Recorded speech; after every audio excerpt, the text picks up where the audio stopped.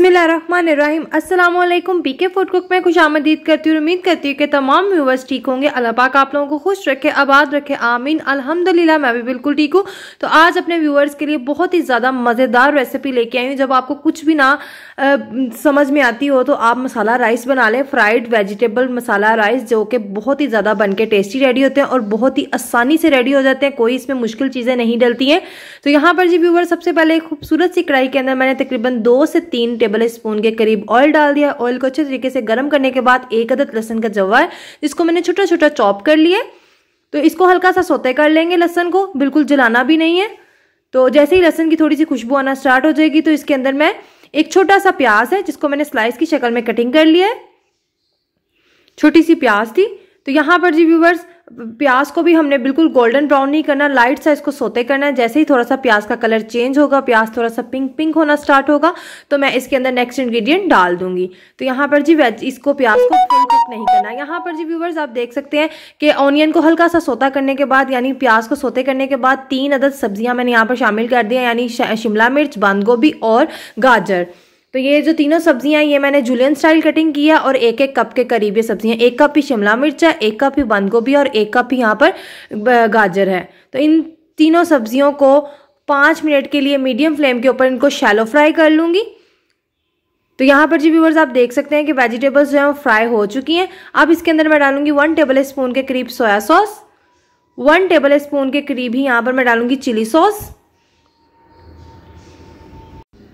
और chilli sauce डालने के बाद मैं डालूंगी 1 टेबल स्पून ही विनीगर यानी सिरका।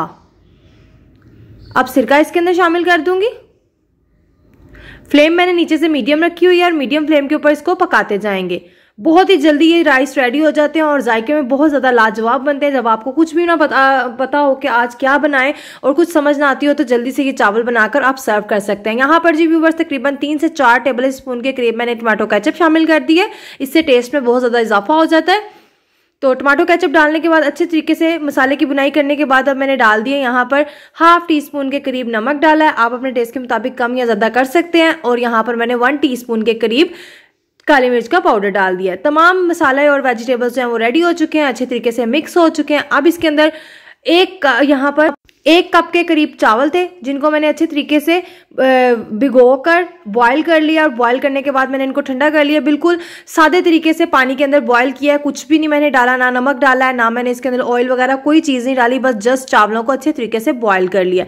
तो यहाँ पर जी व्यूवर्स बॉईल किए हुए चावल मैंने इसके अंदर शामिल कर दिए हैं।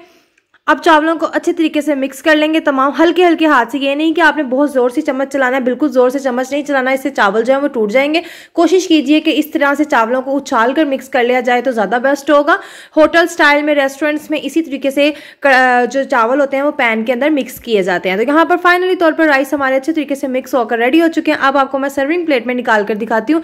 तो माशाल्लाह से मज़ेदार से 5 मिनट के अंदर तैयार होने वाले चावल जो है वो रेडी हो चुके हैं। तो आई होप कि आपको ये रेसिपी अच्छी लगी होगी। अगर रेसिपी अच्छी लगे तो लाइक जरूर करिएगा और लाइक करने के साथ साथ कमेंट बॉक्स में अपनी राय का इजहार कीजिएगा कि आपको ये रेसिपी कैसी लगी है। तो ढेर सारी दुआओं के साथ आज की इस वीडियो का इख्तिताम करती हूँ। एक अच्छी सी नई रेसिपी लेकर आपके व्यूवर्स की खिदमत में हाजिर होंगी। उतनी देर के लिए मुझे दीजिए इजाजत और जाते हुए चैनल को सब्सक्राइब करना मत भूलिएगा। प्लीज प्लीज प्लीज चैनल को सब्सक्राइब करें और सब्सक्राइब करने के साथ साथ बेल आइकन का बटन दबाएं ताकि मेरी आने वाली हर नई रेसिपी सबसे पहले मेरे व्यूवर्स तक पहुंचे। तो ढेर सारी दुआओं के साथ अल्लाह हाफिज।